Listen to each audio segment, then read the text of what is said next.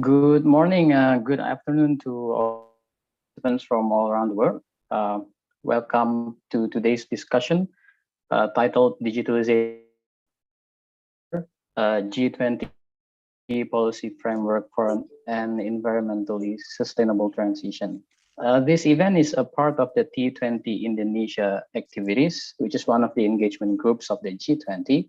And we aim to provide recommendations to the G20 leaders in the form of policy briefs and a joint communique. My name is Aditya Alta. I am the head of agriculture research at the Center for Indonesian Policy Studies, or CIPS.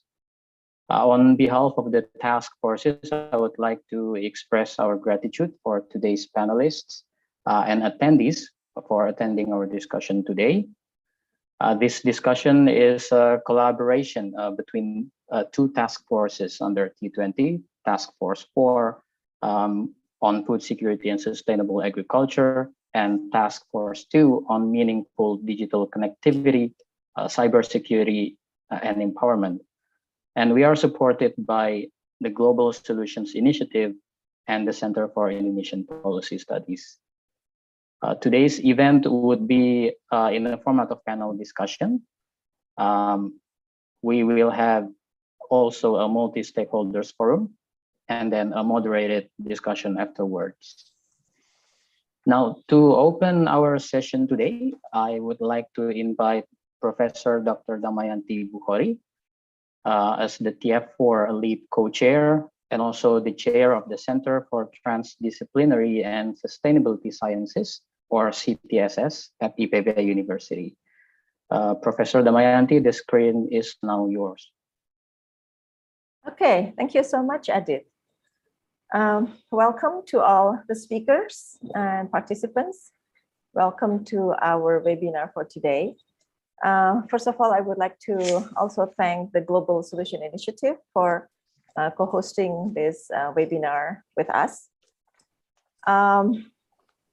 Okay, so today the big title is digitalization in agriculture.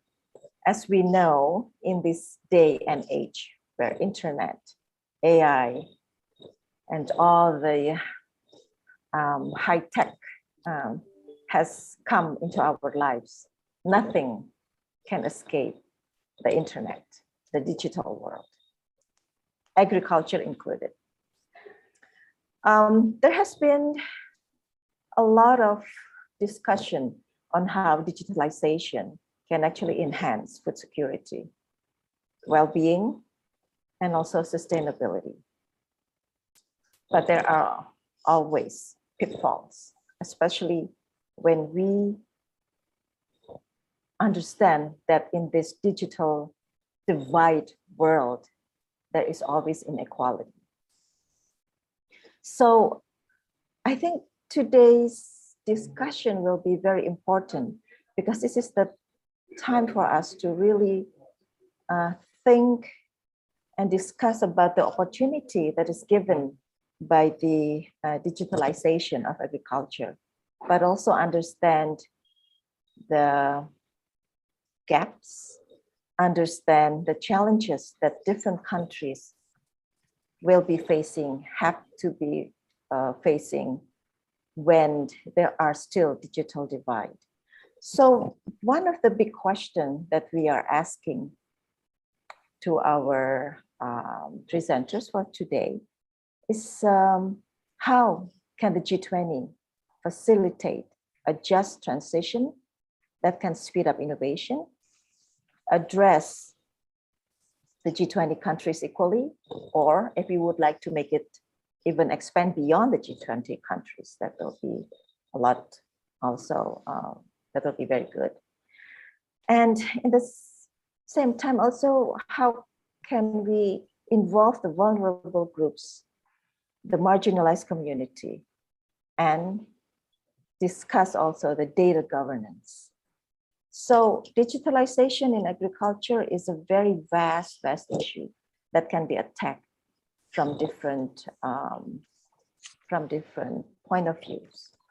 So today I'm very excited that we are having this webinar and looking forward to listen to all the presenters and also the multi-stakeholder forum. And once again, I would like to thank all the speakers and all the presenters and all the participants that are here today.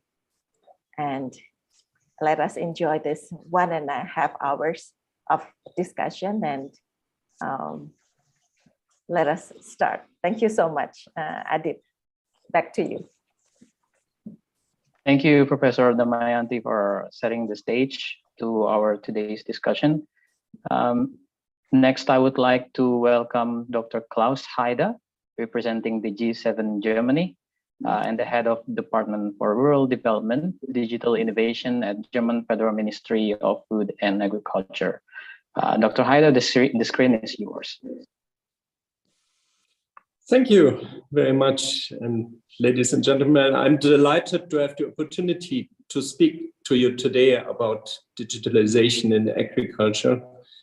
And answering on your question, Professor Bukhari, I will start with a rather macro perspective and come closer and closer to the question that you asked us to answer. As you know, Germany holds the G7 presidency this year, and for this reason, I'm speaking to you today both as a representative of Germany and as a rapporteur on the past meetings and resolutions of the G7 agriculture ministers. The ministers have already met twice this year and will perhaps meet for a third time in a few weeks' time before the meeting of the G7 heads of government.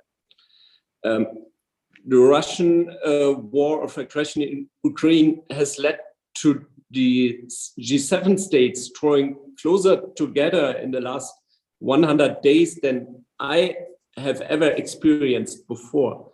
And they have done so in order to combine their efforts in the fight for global food security, in which agriculture, our topic today, plays a decisive role. And the G7 states do not, however, regard their process of combining their efforts as a closed process. In this spirit, the German presidency has also launched an initiative, a Global Alliance for Food Security. This alliance is open to all who want to get involved. This will provide an exchange format to coordinate and quickly translate solidarity with those affected into concrete action. And the measures are and should continue to be geared to strengthen the UN system and existing international institutions and bodies, and to invite all alliances, countries of this world to take part. With regard to two main challenges addressed in the G7 Agriculture Ministers' communique, I regard progress in digitalization as perhaps the most effective factor for leading us to success. The first challenge is to maintain as much transparency on global agriculture markets as possible. The second challenge is to ensure that the goal of our national efforts are not addressed one at a time. Increases in productivity, fewer losses during harvest, transport, storage, and on the other side, transition to a more sustainable agriculture, which is aligned with our joint climate and biodiversity goals and consequently secures and stabilizes future harvests. I would like first of all to speak about the first challenge. The G7 agriculture ministers intend to do everything in their power to keep the agriculture markets open and to further increase transparency on agriculture markets. I do not need to explain to you how important this can be in supplying import-dependent countries with food and also in preventing excessive price speculation. One of the G7 commitments is therefore to increase support for the Agriculture Market Information System, AMIS, which was adopted by the G20 Agriculture Ministers Conference in 2011. AMIS is a good example of the advantages of public data. The second challenge I identified is to tackle the goal of global food security by not first supporting further productivity increases and thereby putting back support to establish more sustainable and more resilient agriculture.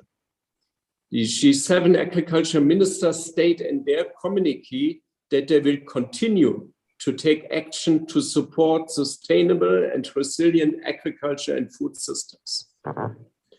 Productivity increases and sustainability can and must go hand in hand. Digitalization is a fundamental tool that offers many possibilities for helping to achieve these goals. This is one of the reasons why the G7 agriculture ministers at their meeting in Germany a few weeks ago jointly visited an agriculture-oriented digital trial field, which the federal government has set up in Germany to test innovative measures using digital technologies. One of the focuses of this trial field is to research digital value chains for sustainable and especially small-scale agriculture. The trial field is used, for example, to test the use of camera-controlled hoes and harrows in order to demonstrate an effective alternative to the conventional use of plant protection products. This benefits farmers just as much as it does the environment. Beyond this, allow me to address 4 points that Germany considers essential for enabling digitalization to provide positive support in the transformation of agriculture, I think not only in Germany, but in the whole world. Because in order to be able to make the best use of the possibilities provided by digitalization, the government and international institutions must perform certain tasks. This includes, and this is my first point, the development and continuous improvement of the necessary digital infrastructure. This is a critical aspect, particularly for agriculture, which is located in rural areas. My second point is that it must also be the government's task to provide a regulatory framework that enables a fair exchange of data between stakeholders. This is the focus of the current negotiation on the Draft Data Act that the European Commission presented in February. What rights will farmers still have if they provide data from their own fields about their own agricultural machinery to the manufacturers of the equipment or to service providers? Will they be able to continue to use the data if the manufacturer or service provider changes? To what extent may they continue to use them? Germany believes that these are essential issues, also in view of the future status of farmers and the role of agriculture in an equitable and environmentally sustainable transition. Since it is important to emphasize that beside the equitable and environmentally sustainable transition, the aim must also be to support the resilience of agriculture structures. And one-sided data dependencies could lead to new crises. My third point is that the state also records and uses lots of interesting data in the course of the task it performs, which could preferably be provided as open data to the benefit of agriculture. In Germany, the aim is for it to be mandatory in future for the state to provide these data, as the provision of open data makes new innovations possible and strengthens the transparency of political action. The prerequisite for this is for the data to be provided in a universal, machine-readable format. My fourth and final point is that farmers will only use state-of-the-art technologies and innovation if they are aware of them. In Germany, we have therefore set up 14 agriculture-oriented digital trial fields. One of them I mentioned earlier. These digital trial fields are test fields on agriculture holdings which are used to carry out tests, for instance, on how digital technologies can best be used to protect the environment, mitigate climate change, improve animal welfare, promote biodiversity, and reduce workloads. There are also points of contact for interested practitioners to support the transfer of knowledge and information into practice. Ladies and gentlemen, it is obvious that digitalization will not be able to solve all problems in agriculture, but it is a tool that can make an important contribution to the solving many challenges. We should therefore make use of the opportunities offered while minimizing the risks associated with every technology. I hope that today's event can contribute to identifying possible solutions and discussing the necessary steps to achieve them. And I wish all participants every success and interesting conversations. Thank you. Thank you, Dr. Haider from G7 Germany. We are now entering the main part of the event, presentations from co-chairs and members of Task Forces 2 and 4 to share an overview of the policy briefs related to digital transformation in agriculture. But first, I would like to invite Professor Dr. Suhono Harso Supangkat, the Task Force 2 lead co-chair and head of Smart City and Community Innovation Center at Institut Teknologi Bandung, to share an overview of the task force policy briefs through a 10-minute presentation. Thank you, Andrew. And once again, good afternoon in Indonesia, and maybe good morning in European, and good evening in everywhere. Well, I am Suhono Harso Supangkat, lead co-chair for the Smart Digitalization, Transformation in Think Tank 20. I would like to share what is an idea on the integrated smart food security system platform. First of all, I would like to introduce the digitalization in my task force as how to make meaningful digital connectivity, security, and empowerment. Digitalization is one of the key or catalysts for recover together, recover stronger in all sectors. We transform for the all activity in data, digitalization, and digital transformation. After we get the data, we can transform, we can get the insight for our decision in our field, for the payment, for the factory, for the education, and also in agriculture. Today we discuss in agriculture of food security ecosystem. So how to use the digital technology to increase more effective, more efficient in agriculture. And we talk about the how to integration. The first of all, we are handicapped in how to get the data, both from the supply and how about the demands.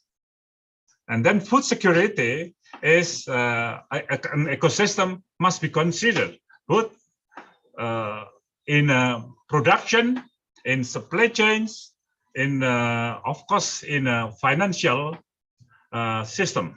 Well, I would like to next my presentation with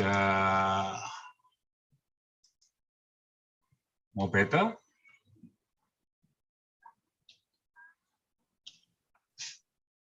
It's okay, my presentation, PowerPoint? Yeah, we can see it, Pak. Yes, integrated smart food security platform is a data-driven platform, predictive analytic.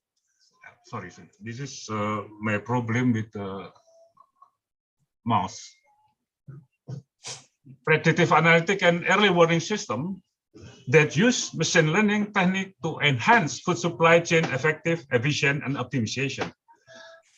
Data is important, but the problem one is how to get the data.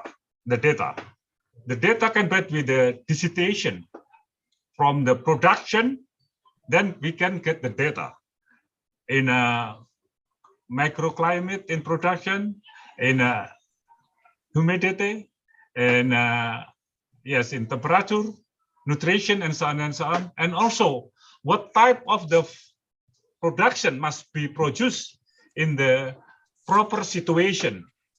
This is one of the consideration how to set up the integrated smart system, smart security platform. Actually, we come from with the integrated smart city platform. I set up, make an integrated smart city platform 10 years ago, and start from last year, we consider the problem of integration in food demand and supply. The objective is to increase the food security production and collection processing of the data in agriculture can be facilitated by using technology, allowing farmers to respond rapidly to problem and change the environment condition. I think in food security, we consider first food availability, food access, food stability, and food utilization. This is 4 pillar in model for the food security. And this is one of our propose in how to set up the integration between production and demand and supply chain between the supply and consumers. In the above is the artificial intelligence in considering what the data storage and how to get the input, machine learning, and then supply chain monitoring and predictive analytics, and then hope we can get the early warning system for the all situation in production, in the health of the farm, and so on and so on. And then we can get the data-driven decision-making integrated smart food security system platform that starts from the food R&D and innovators, to academia, from the research and science, a grower, farmer, as a grower, and the food producer, food processor, distribution exporter, retail remark consumer, and with the input supplier. And in Think 20, we also talk about the financing, trade, farming, digitalization.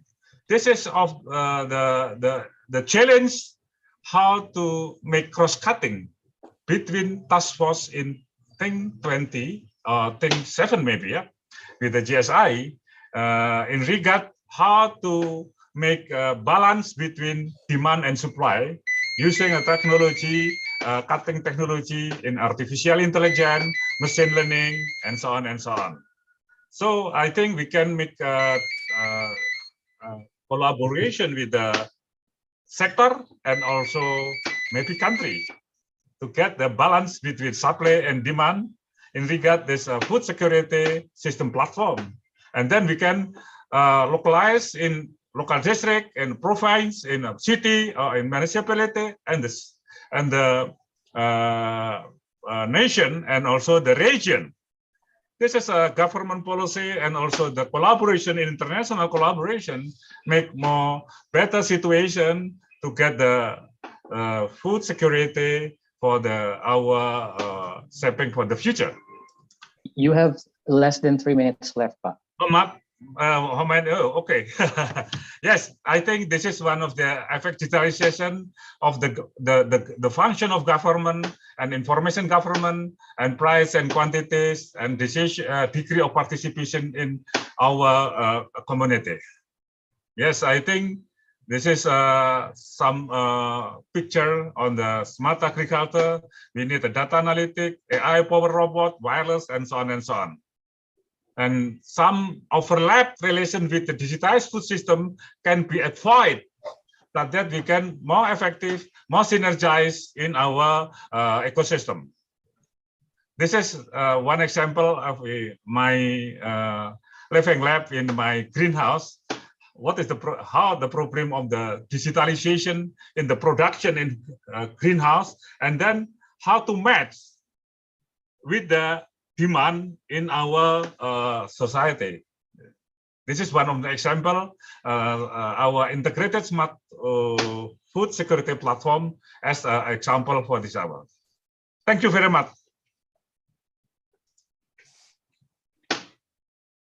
Thank you, Professor Suhono. Next, I would like to invite two of the authors from Task Force 4 to present their policy brief with the title Digital Transformation of Agriculture and Food System, Policy Pathways for Greater Socio-Economic Inclusion, Sustainability, and International Cooperation.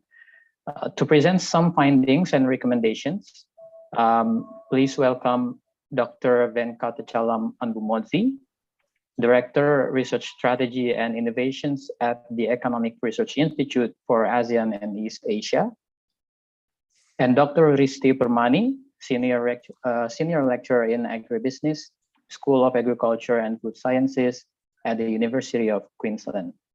To Dr. Anbumodzi and Dr. Permani, the floor is yours.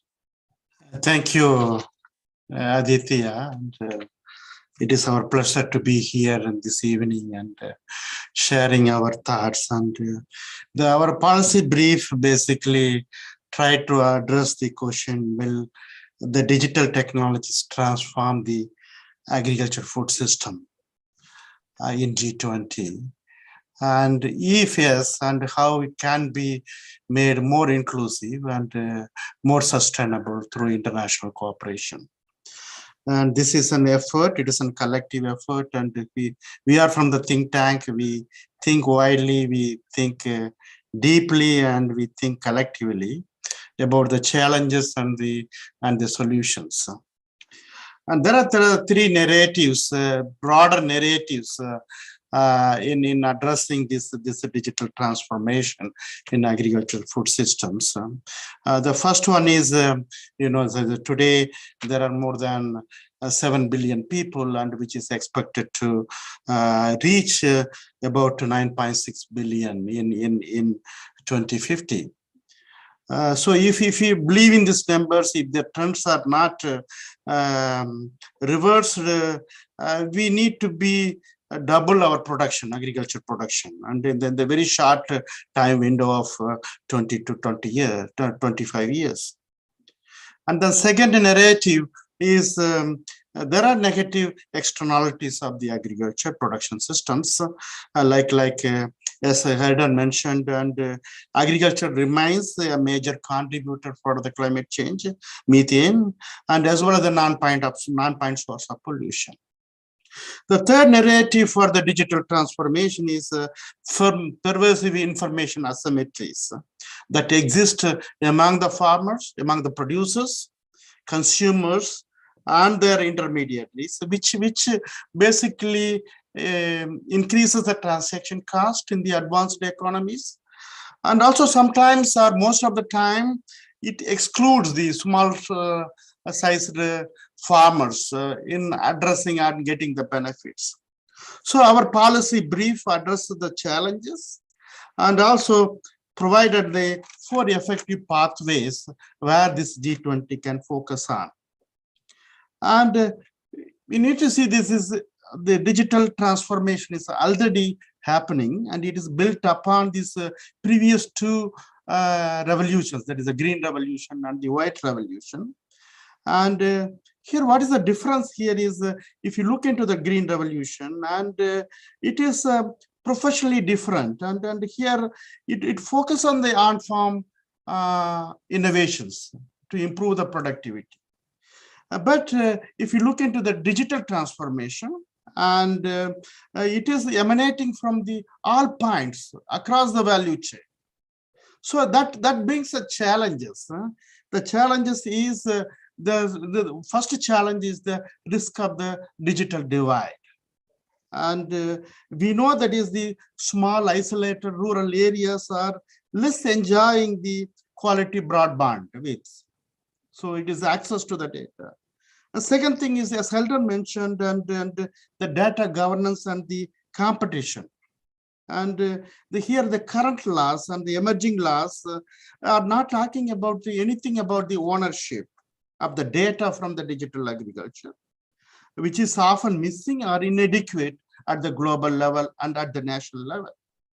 Third one is these challenges, realizing the potential of the digital technologies to transform the agri-food systems, need access to the technologies and access to the finance. This is not happening, and so our policy brief and put 4 bold ideas into for the G20 conservation.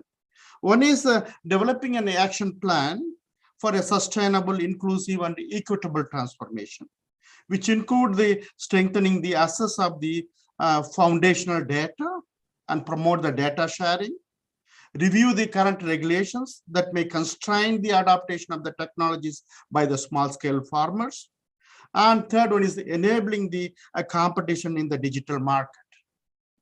And second is the institutional capacity building for the farmers and as well as the agriculture ministries to improve the capacity. This improved capacity comes by the training for the officials and producing or investing more on the data scientists, and the data engineers, and the computer science skills. Another set of the skills that is needed, the entrepreneurial skills, training of these institutes and also individuals for the enhance this transformation.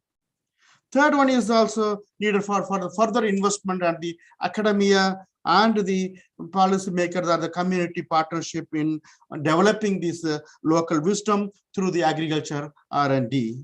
I stop here and I leave the floor to my colleague, Professor Permani, and to explain other 2 recommendations coming from our group.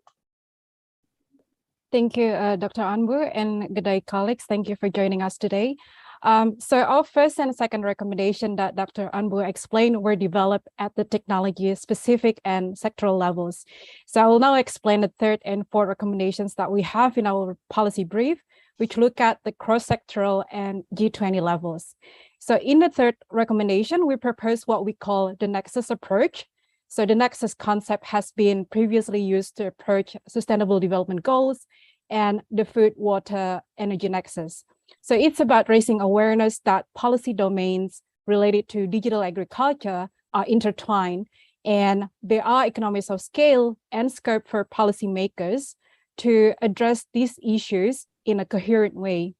So the question is how the G20 can address this nexus approach. Well, the first is to decide the priorities, and based on our review, we look at 3 policy themes: data governance, including data privacy and transparency, sustainability and inclusiveness to address the digital divide, and the third is innovation enablers. So in short, it's the data, sustainability, innovation nexus. The second step that the G20 countries can do is to find an appropriate institutional mechanism. So at the national level, a relevant example would be the Agriculture Innovation Australia, a public company in Australia that attracts investments from governments, the public sector, and also global commercial entities to finance the cross-sectoral initiatives. Our fourth recommendation suggests that the G20 should champion an international governance structure. So G20 can consider the setup of the Financial Stability Board, which was founded in 2009 to respond to the global financial crisis. The previous T20 policy briefs have proposed mechanisms such as Sustainable Technology Board and Digital Stability Board. There hasn't been much progress on this front. And given the worsening inflation, supply chain disruptions that we're currently facing, I think there is a sense of urgency and there is a momentum to revisit these proposals. In addition, the G20 should also coordinate with ongoing global platforms with the UN, World Bank, the OECD, and also the ITO, the International Telecommunications Union, among others. The G20 should also support the effective functioning of the FAO's International Platform for Digital Food and Agriculture. And we also suggest the G20 Agriculture Working Group to work with other working groups such as the Digital Economy, Environment and Climate Sustainability, Development, Trade, Industry and Investment, and other working groups. So to conclude, possible solutions to digital agriculture would likely include initiatives such as, public-private partnerships, improving data governance through international standards, databases for monitoring, and improving access to technology, capacity building, finance, and also internet services to tackle the digital divide, including among women and youth. Our policy brief highlights the need for improved inter as well as intra-ministerial coordination and the global efforts, and this could be achieved through clear action plans, institutional capacity building, adopting the data sustainability innovation nexus, and also improving the global governance structure. So to this end, we believe that the G20 can and should champion this effort. Thank you.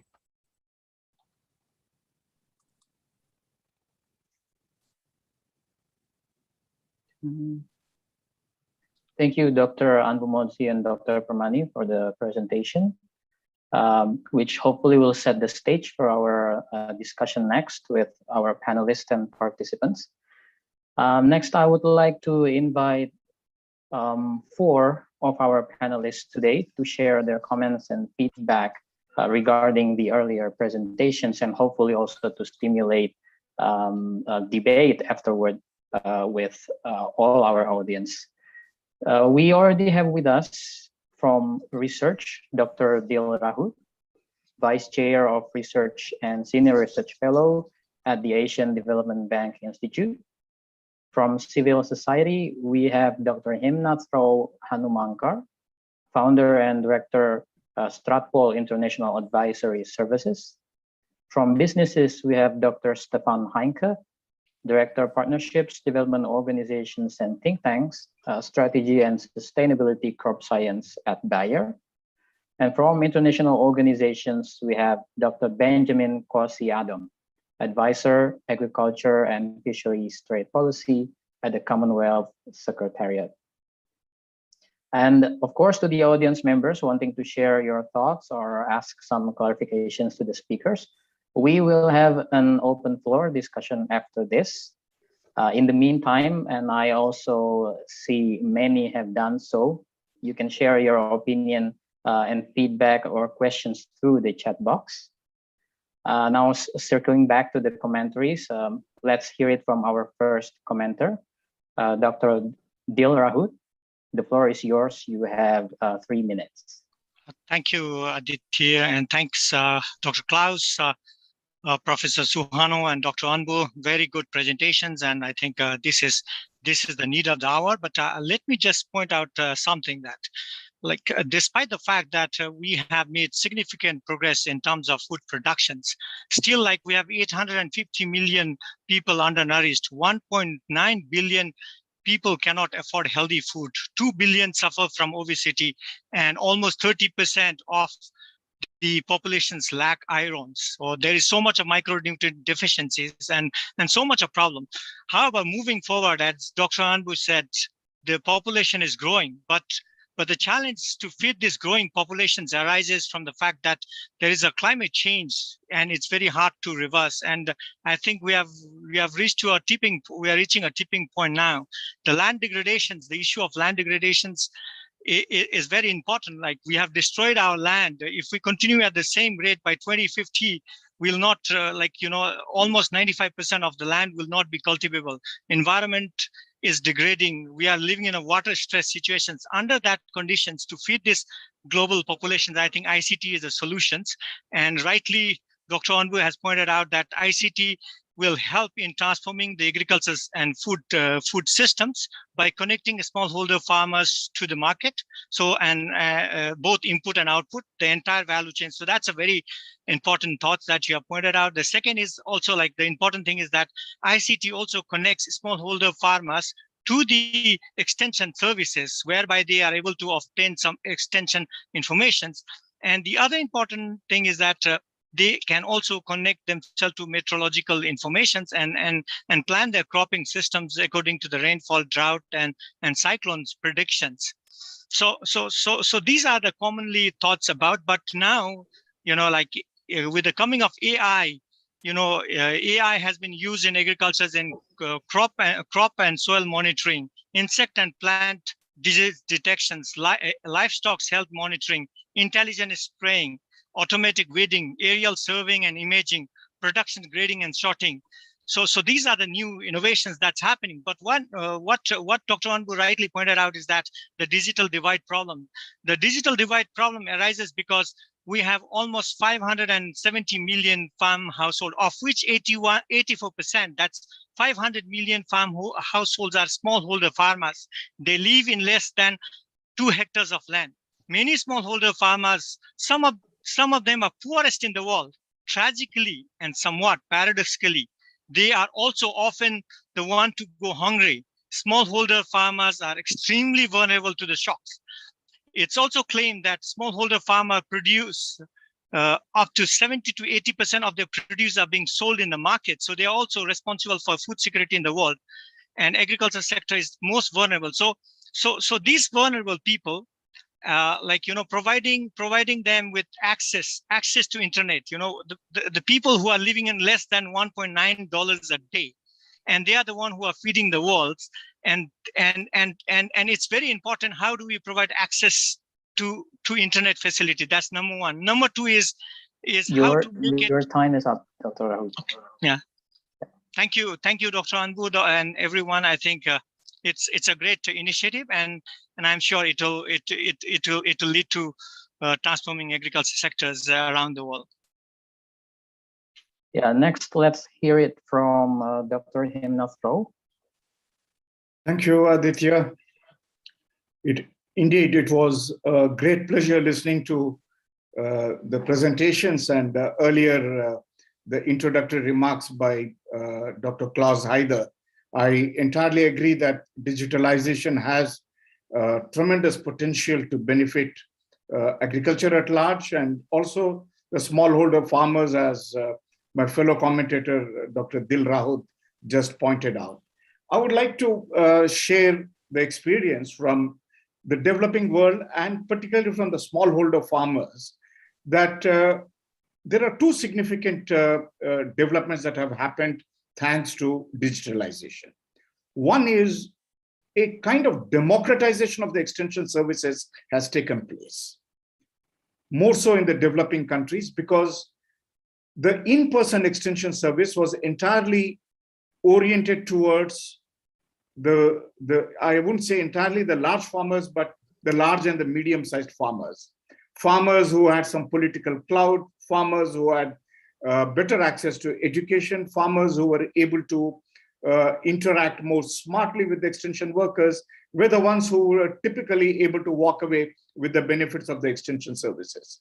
But by making the extension service impersonal, what the digitalization has done is it has democratized the extension services by making it available to everybody. And that, of course, includes the smallholder farmers, the small and marginal farmers, as we call them in South Asian countries. And this is one of the most positive spin-offs. The second thing that has happened is the dependability of the extension advice. There was a time when the extension worker could give some oral advice, whether it was diagnosis of a plant protection problem, or it was advice on the time of sowing or time of using plant protection chemicals. But there wasn't always a footprint of evidence left behind.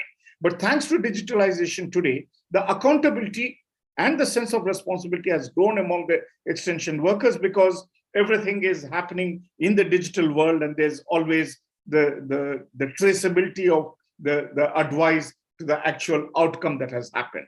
So while these are very positive aspects of digitalization that all of us should be proud of, we made a policy brief that was presented to the Task Force on Climate and Environment, and joining me was Dr. Dil Rahud, Dr. Dina, Dr.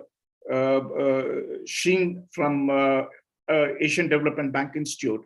What we suggested was, if you would really like to ensure food security and you would like the benefits of this digitalization, particularly the democratization, the dependability, outcomes to percolate down to the smallholder farmers, there is a crying need for an international smallholder farmers agribusiness consortium. You can't expect the smallholder farmer to harvest the richness of the digital revolution in the same way as a medium and a large farmer. At the end of the day, there has to be a focus, there has to be a certain level of customization, and for that to happen, you need an institutional architecture. Like Dr. Permani suggested, you need to have an international governance structure for the supply side of the digitalization services. For the demand side to be effective, you need an equally powerful and effective institutional architecture that specifically addresses the needs and requirements of the smallholder farmers, both at the pre-harvest as well as the post-harvest stages. While the green revolution, white revolution, and the ongoing blue revolution has definitely benefited more in terms of pushing the frontiers of production, I am a firm believer that the smallholder farmer continues to be at the receiving end of the market fluctuations, the market risks, the asymmetry of information between the market influences and the smallholder farmers, who are invariably not in a position to access the information always to their advantage. For example, your time is up, Dr. Hanumanka. Thank you very much, Aditya. Just to wind up, there is a crying need for this smallholder agribusiness consortium, and I hope the T20 will take this into account when they eventually prepare their policy brief. Thank you very much. Thank you. Next, we will have Dr. Stefan Heinke. Your time is 3 minutes.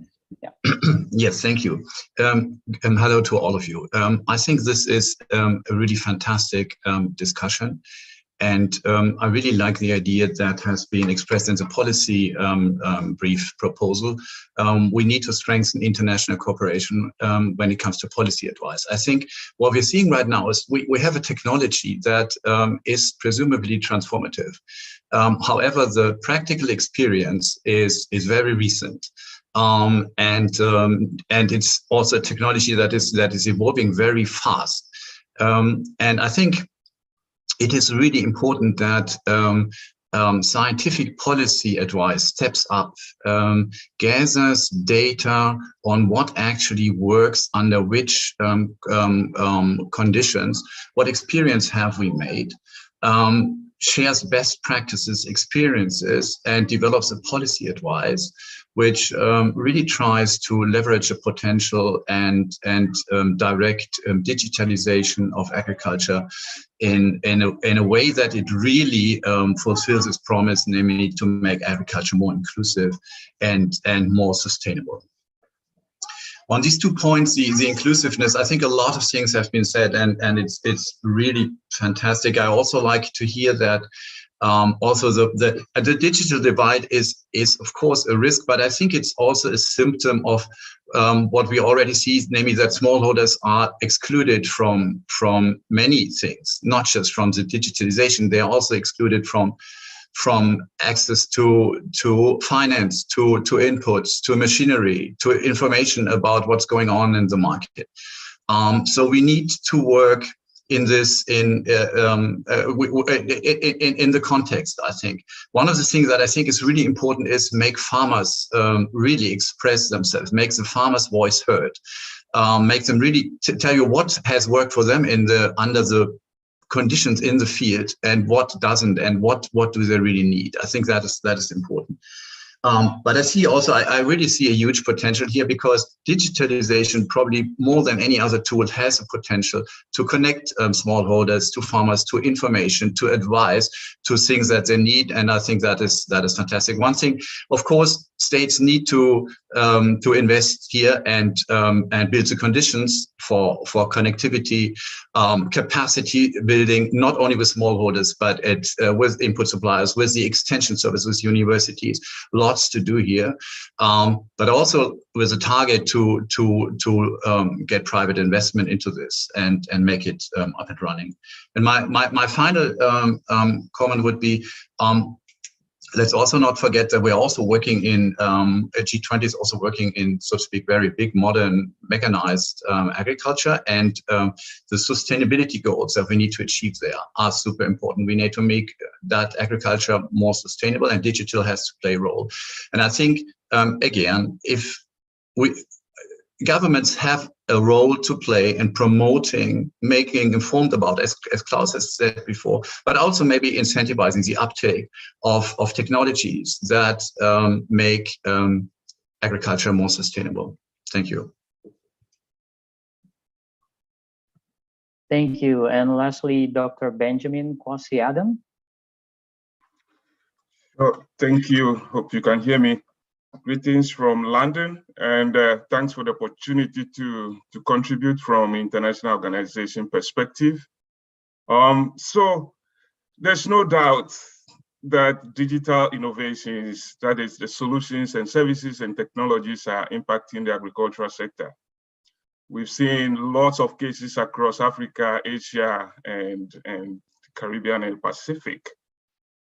But the challenge that we have noticed is, how do we scale these solutions to have massive impact and also be able to sustain the services?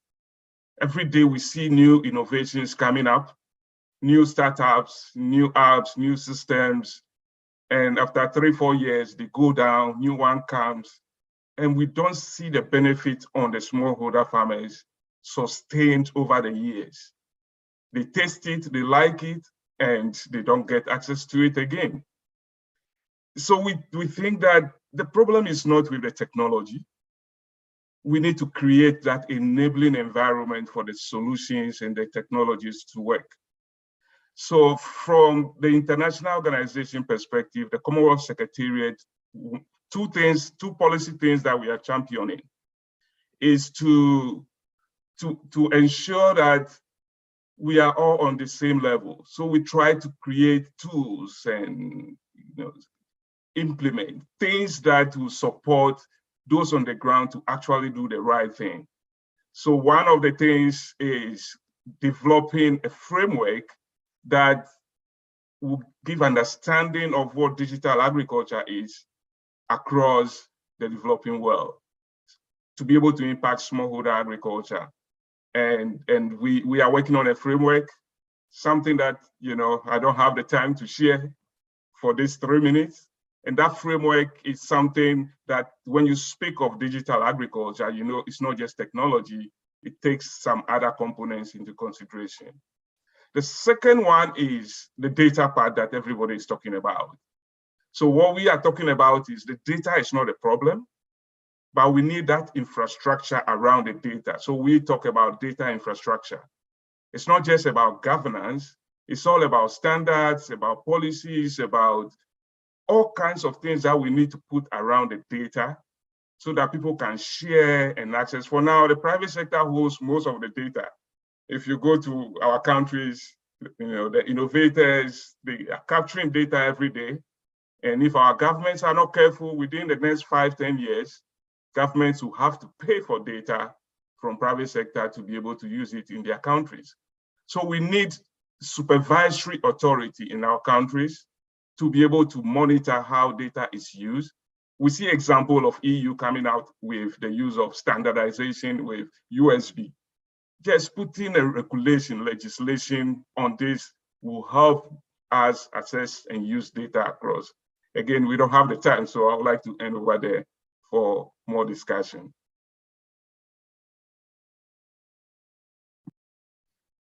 Thank you, and thank you so much to all panelists. Hopefully authors in the task forces will find your comments valuable for their policy briefs. Now I will address several questions that we have on the chat box.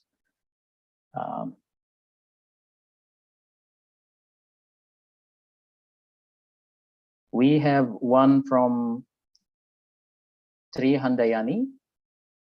Would you like to take the mic and address your question directly to the speakers?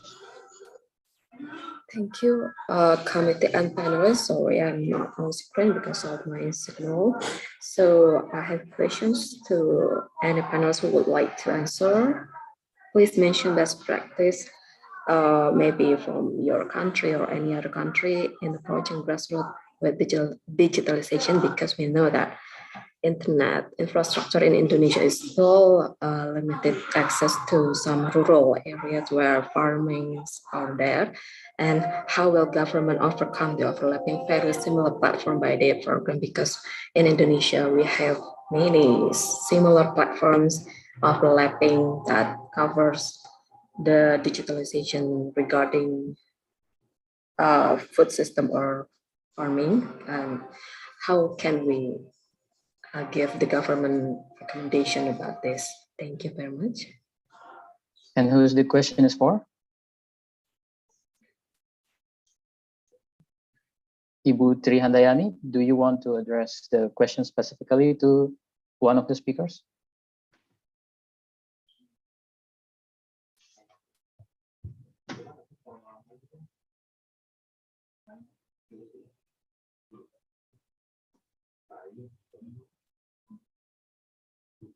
Okay, maybe I can ask perhaps Dr. Hanumankar to kindly answer that. Yeah, I think the question was whether any of us could share a best practice implemented in any of the countries that we are familiar with. Handayani would be very glad to know that in India, one of the earliest ICT-based extension services that was implemented was called the Kisan Call Center, which is a farmer's call center. It was a public-private partnership and an absolutely low-cost intervention where, as you know, it's a very vast country that we have here in India. We have a population of 1.3 billion right now, but when this project was implemented in 2010, we were probably around 1.05 billion, and the small farmers gave a very positive feedback about this intervention. And the intervention was, you will have a hunting call line. There would be one helpline number that would be available to all the farmers across the length and breadth of the country. You just dial that number, and I remember the number was 1551.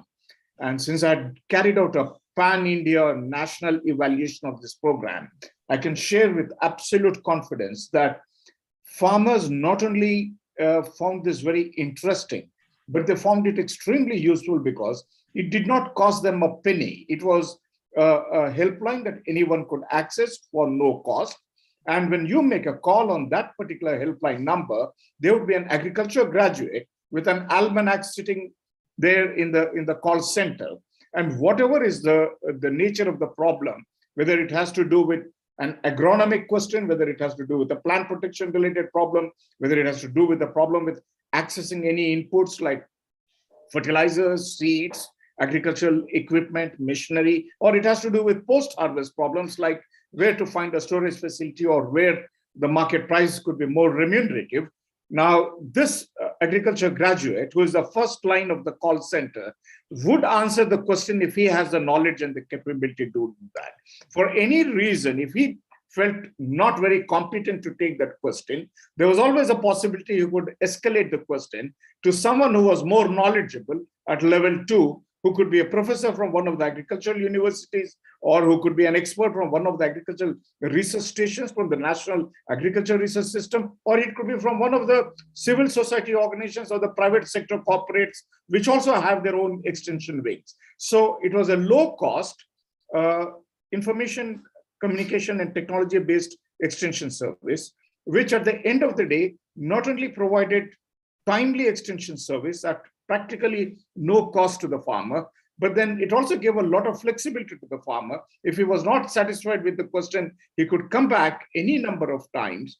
And the beauty was, depending on which geographical location you are, the call will land in that particular state so that the answer would come in the local language. Because we are a country with several languages, and language can always be an issue with agricultural extension services. So the problem was overcome because the system was designed in such a way that depending on the mother tongue of the caller, there's a farmer from where the call is originating, the respondent would be someone who would be able to answer in the same language.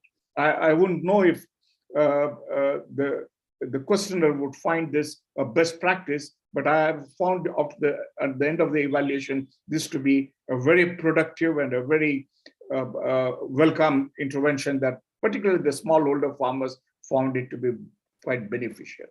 I would be glad to amplify it further if any further clarification is needed. Thank you. Thank you. Other speakers who wish to address that question? Yes, if I can add our answer to Bu Damayanti, yes, Bu Tri, who is Trihandayani, yeah, in regard with the best practice.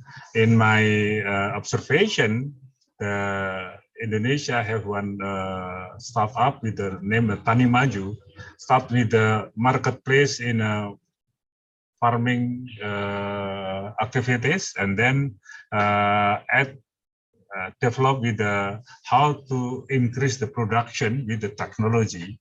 And they have a big investment related within Indonesia, 1 trillion rupiah, to support the technology, IoT, include greenhouse and the farming. So I think this was good practice for the digitalization in agriculture with how the market and the supplier can meet with the digitalization, include the Internet of Things, how to increase the efficiency and productivity in the production for the agriculture, and then how to get the market. Tani Maju start from the 2015, I think, yeah, back from America, and then start with the agriculture advancement with the startup. We start with the marketplace. But I think, yeah, not enough for Indonesian in the country, but I think there are a lot of small farmers involved for the digitalization in agriculture, includes the financing and business model between Tani Maju and the small partner. This is one of the example, but we need many investment and many activities that from the demand and supply with the digitalization. I think Tani Maju is one of the example. Thank you.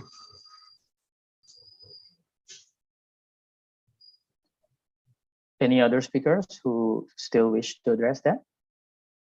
Can I? Sure. Yeah, and I have another example from another G20 country, Japan, and you know that is agriculture in Japan is very old, and the farmers are aging. And if you look into the digital agriculture, what it means for them is providing the soil maps on the remote sensing, the GPS on drones. These are the critical tools for digitalizing the agriculture, where they call it as a smart farm. And it was found, it was proven that is, if these high-tech tools are combined and with the big data, and like precision agriculture, and that increases the yield and also the productivity and the labor productivity. So there is an evidences, there is a proven evidences that are available in the public domain. It increases the digital agriculture, a combination of the software and the hardware increases the agriculture productivity. But that means there is a market, and the newest industries, that is IT industries, big companies like NEC and KDDI, and they found a market in it, and so they come to this newest industries in Japan, come to the oldest industry, agriculture, by providing these data services. And there is another this Kubota and other business, and they are already there providing the hardware. But the challenge, and they created a platform, and between the farm, basically it is a private sector driven platform. It was originally for a kind of business to business. And then government found it is very much skewed, and it basically that information exchange happens only among the business and the private stakeholders. They are capitalizing the markets. So how to bring these small farmers, these small LID districts? So the government thought about it, and previously it was a kind of private-owned platform that was transformed into a public-private platform where the agriculture cooperatives and as well as the governments, the local governments also joined, and then this collective ownership from the private ownership. The collective ownership has built, and more farmers are getting benefited to the access to these technologies. And this agriculture cooperatives also developed a kind of a financial window and to give some kind of subsidies. It is supported by the agriculture ministry to have the access to that technology. This is one of the evolving and very interesting model where it is regarding the ownership of these data platforms and providing the incentives for the accelerating the digital transformation. Thank you. Thank you. Now, before we take the other questions, let us have some time for our presenters, Dr. Haider, Professor Suhono, Dr. Anbu, and Dr. Permani, to, if you want to address the comments from our panelists earlier. Yep, perhaps there's the possibility. I looked for some chat comments as well, and I see a focus of the questions on how to address smallholder farmers with the digitalization and reaching a point where this is not a risk for the smallholder farmers, but an opportunity as well. And when you ask me what I would assume would be the best method to reach smallholder farmers, it would be to strengthen associations, corporations, and government at the regional and especially local levels. Since I think you with these digital technologies, you could assume what we will reach in future is something where there are these big global players playing with their platforms, and you have the person who works with his device or his digital machinery. Then you wouldn't need federal or regional government anymore, and as well associations on this level. But looking for such a future, we have the big problem of the information, the capital, and the knowledge on the local person, and also the dependencies that you have as a result of such a situation. And thinking further, and what we are doing in Germany as well, is to strengthen especially these local associations that we can address with funding, that can afford then machineries, for example, that look for reliable informations for the smallholder farmers and give them to them, and at the same time strengthen local identities, which we want to keep in Germany in the different regions. We don't want to have like one type of agriculture everywhere. So my clue for this question would be to strengthen these intermediate organizations at the local level that can help smallholder farmers. Thank you.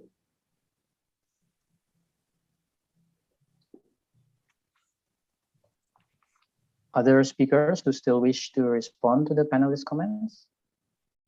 Can I? Yes, I think the role of the governments for the facilitation comprehensively for the increase the digitalization in farming is, as mentioned before, there are awareness. In Indonesia, important thing is a role model. One of the role model is success, and then we can yes, extend to another community. So digital literacy and also role model between the in relation with the platform for the digitalization from the market in the production, the successfully like Tani Maju and iGrow can be extend, so that yes, the willingness for the local farmer to join in the digitalization and more effective, more efficient, not more expensive, of course. This is one of the questions is, if we use the technology in digitalization, is there more expensive or cheaper?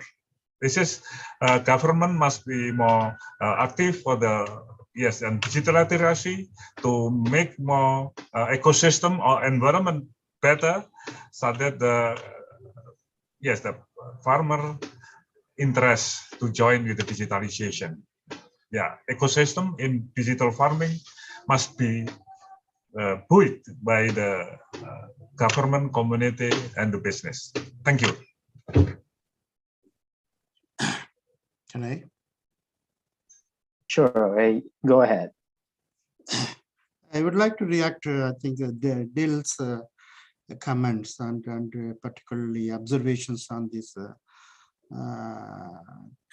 other threats like land degradation and the climate change, where mostly it is impacting more on the small scale farmers and the low income households than the others. And here I think that is also related to the kind of current trend. And here I think today's discussions also, we are giving kind of a more emphasis on the digitalization rather than the end outcome. And here this technology enabled interventions are no panacea in themselves, and it need to be backed by the complementary investments. And for example, it is a climate resilient agriculture, the climate smart agriculture, are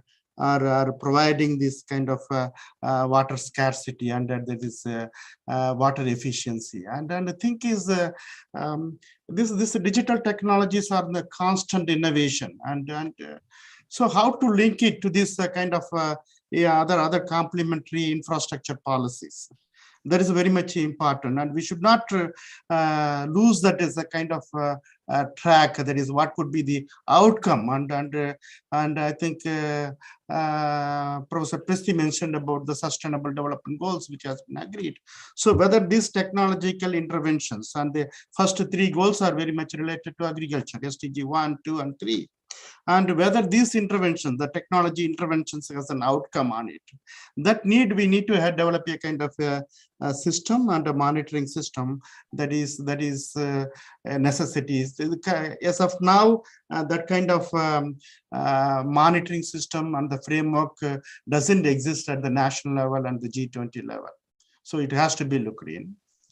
And second thing is in the digitalization and the digital transformation, it is not going to be a win-win story, at least for the short term. There will be the losers, and the small scale farmers is one of the examples. Are the local wisdoms could be bulldozed and by this digitalization. So how we are going to compensate for, or how we are going to build a social safety network to protect the local wisdom, and it is married to the high-tech systems. So that is very much important, where this local academia and the farmers and the community partnership should evolve and should focus on these trade-offs of the digitalization. Thank you. Dr. Himnath? You are still on mute. I'm sorry, am I audible now? Yes. Yeah, we can hear you. Thank you. I just wanted to respond to Dr. Klaus Haider, very valuable comment about creating micro-level, decentralized support systems for the smallholder farmers in the form of collectives, that could be cooperatives, that could be farmer associations, that could be even companies registered in various countries. Companies Act, what are typically called as farmer producer companies. But in India, we have an amended Companies Act, which enables farmers to organize themselves into producer groups and producer companies. Now, while subnational or village level, subnational and national institutions are certainly needed, there is also a need for a global platform. The existing global institutional architecture that has traditionally supported agriculture has done a commendable job in terms of enhancing yields, in terms of bringing in very climate resilient adaptive varieties, in terms of helping farmers to improve the soil nutrition conditions, improve their quality of the produce that they are producing and all. That would obviously include the massive CGIAR system you have scattered around the world, the Consultative Group on International Agriculture Research, which is the global agriculture research system. You have the IFAD, you have the FAO, you have these institutions, but then there isn't one that is dedicated to address the concerns of the smallholder farmers. We, for instance, in India have what is called a Small Farmers Agribusiness Consortium, which is a national level body, which is looking to promote collectivization among farmers. What small farmers can't achieve individually, they could achieve collectively by registering themselves as farmer producer companies. But at the end of the day, these are very weak institutions. They need support, both in terms of information as well as tangible resources. That includes technology, that includes financial resources, and that also includes infrastructure support. So I think we need both local institutional architecture as well as the local architecture dovetailing into a global institutional system that eventually creates a sense of trust among the smallholder farmers, that they are not just left in the lurch. There is a global body that is there to specifically understand, appreciate, and address their concerns in regard to both pre-harvest as well as post-harvest agriculture, horticulture, livestock farming issues. This is, I thought I'll share with rest of the learned speakers, because this is a policy brief that Dr. Dil, Dr. Yikshin, Dr. Dina, and myself presented to Task Force on Climate and Environment. We wouldn't know how well it will register itself with the G7 leadership, but we do hope the G20 leadership through the platform of the Think 20 would take cognizance of this particular institutional gap that is crying for redressal. Thank you very much, Aditya. Thank you. And I see raised hands from Dr. Rahut and Dr. Permani. But before you go, can I also ask you to address some of the questions in the chat box? Of course, you can also respond to earlier comments as well. For Dr. Permani, can you maybe address a question from Anita Ishak? This is about farmers' livelihood. Let me just read it. There are around 49.4% poor households in Indonesia relying on the farming or agriculture sector. Most are located in the rural areas where there may be poorer internet connectivity. And we also have plenty of poor farmers, so implementing digitalization will be hard. So how do you think can digitalization bridge the world food needs and at the same time improve welfare and quality of life for farmers and rural communities? Okay, thank you. That's really good question, and I think it relates to some of the earlier comments. How to capture local wisdom. I think about developing technology. Definitely, the first thing that we have to understand when we develop the technology is the characteristics, is the demographics of the target, recipients of the technology. So technology should help the work of the farmer. It should not, be a burden. So for the case in Indonesia, I've done, some work in dairy and the livestock sector. And it could be the case that the technology or innovation that will be useful for the farmers is not about IoT, the Internet of Things, or blockchain, or the water sensors, but it is more about, let's say, improving the record keeping, improving animal husbandry practices. So we really need to understand, the system, the agriculture systems in which the technology will be introduced to. And if I may, Mas Aditya, if I can address, the earlier question from Ibu Trihandayani, I think the second part of her question is about how to avoid overlaps. And I think this is one of the message that we really want to emphasize in our policy brief. It is the importance of policy coordination. And we know that there is no one size fits all when we talk about solutions to digital agriculture. There is probably some technology specific solutions. There is some country specific solution. It might work in Indonesia, it might not work in Australia where I'm currently based. So how to do that? So different ministry would have different approaches, different institutions will have different programs.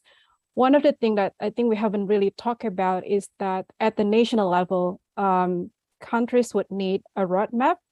And this is also one of the recommendations came up from a workshop that I attended a week or 2 weeks ago, organized by the ACR, the Australian Centre for International Agriculture Research, to support Bappenas, the Indonesian planning agency, to identify what's the next step for Indonesia in terms of developing agriculture technology. Roadmap is important to, again, avoid that overlaps, improving efficiency, and to ensure that the technology development that the countries are doing is in line with what the industry needs, what the smallholder needs. So we approach that in more a coherent way. And there are so many examples, I'm pretty sure, like in Australia, agriculture technology sector is expected to be the next $100 billion industry. So even the Queensland government, where I'm currently living in, they recently introduced the AgTech roadmap, again, to consolidate these various efforts between not only the public agencies, the government agencies, but also the private sector. It's not just the government's responsibility to move digital agriculture forward. There is huge opportunities for the private industry, for the NGOs, for the farmer groups. And I guess the challenge is really about how to coordinate these different efforts. Thank you. And next, Dr. Dil Rahut, and if you can also address a question from Professor Damayanti. In your view, what are the most important factors that need to be addressed by G20 countries? And if you can only have two choices, what recommendations you will propose? Yeah, thank you, Aditi. I'd just like to highlight one thing that we cannot run away from ICT. If you look at it, like ICT is not when you look at a rural household in a village, it's not just a simple household who is doing farming. It also has other necessities. So together with improvement in agriculture productions and productivity, it also comes digital health and many things. So it has multiple implications on household well-being. So that's obvious. we have to push it forward. But how we are going to push it forward, that's one question that is still there. The second thing is that if you look at the agriculture sectors, there is productions. If you want to ensure food security, we have to look at production side, the distributions, and food waste and food loss, which has not been talked here in these discussions. That's if you can stop food waste and food loss, we can feed almost whole of Africa for a year. So that's the amount of food waste and loss that's happening. And also food safety. That's a very, very important issue. More than 400,000 people die every year from food contaminations. And it's also leading cause of several diseases and, the loss of work. So this is very, very important. I think we missed that part. And second thing is that I have lived in I myself was son of a farmer, and I believe that I'm still a farmer. I've lived in the farm, and my entire life I've lived in working in the farms, working in Latin America, Africa, and Asia.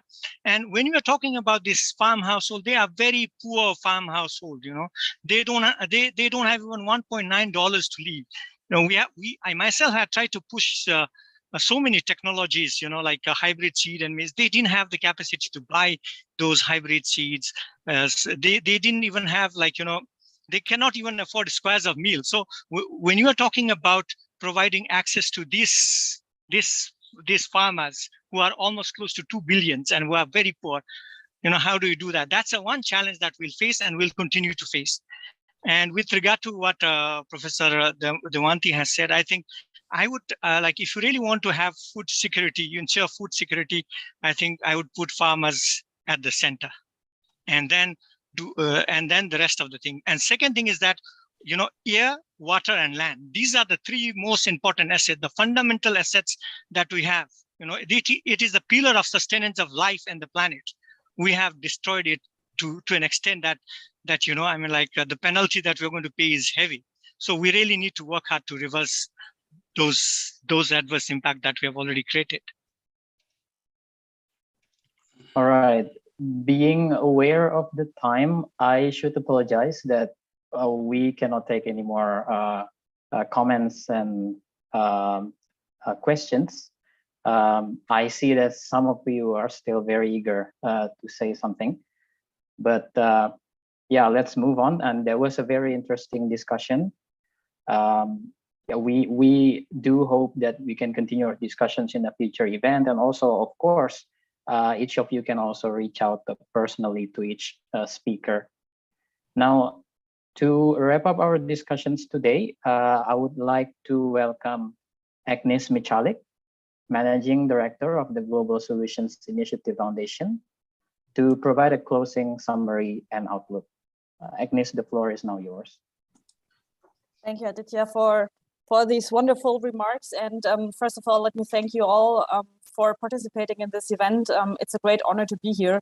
I'm very conscious of your time, so I'm gonna strip my closing remarks to a very, very short notice. And I think we've seen that there's ample room for discussion here, and I think we should continue this discussion. And I would like to hint you before I do my official closing remarks and thanks you to one workshop series that we would like to start in the second half of this year, because we've shown that the issues and the questions that we raised here, they need urgent answers, and they need urgent answers today.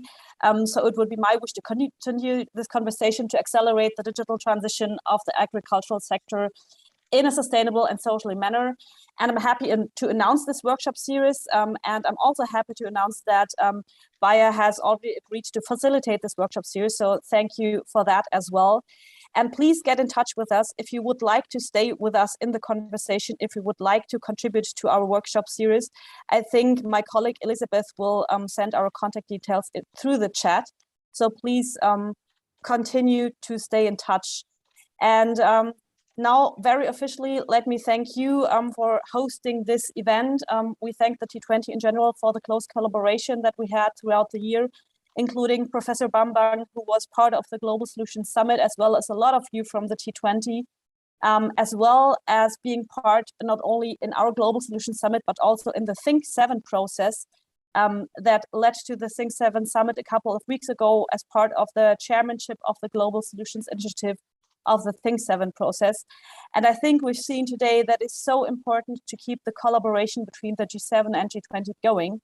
And so also a big thank you to Professor Damayanti and Professor Suhono for hosting this event. Congratulations for your great success and steermanship and guidance in this year's G20 process. And also thanks to Dr. Klaus Heider from the German G7 for keeping up the exchange between the G7 and G20. And of course, to all of you, our commentators and participants, for the great insights and the lively discussions. We've seen that the discussion that we had is very important. We not only heard about the priorities and the policy solutions, but we also identified the major issues, which are, we need to strengthen the global cooperation between the G20, the G7, and also across the international organizations, across silos and on multilateral levels. We need to discuss the issues around data governance. We need to answer questions around fostering innovation, but we also need to make the digital transition of the agricultural sector inclusive, meaning the drivers of innovation as well as including the most vulnerable. And so again, let me invite you to continue this discussion, get in touch, stay in touch, and for now, stay safe, stay healthy, and wherever you are, have a good day, a good afternoon, or a good evening. Thank you.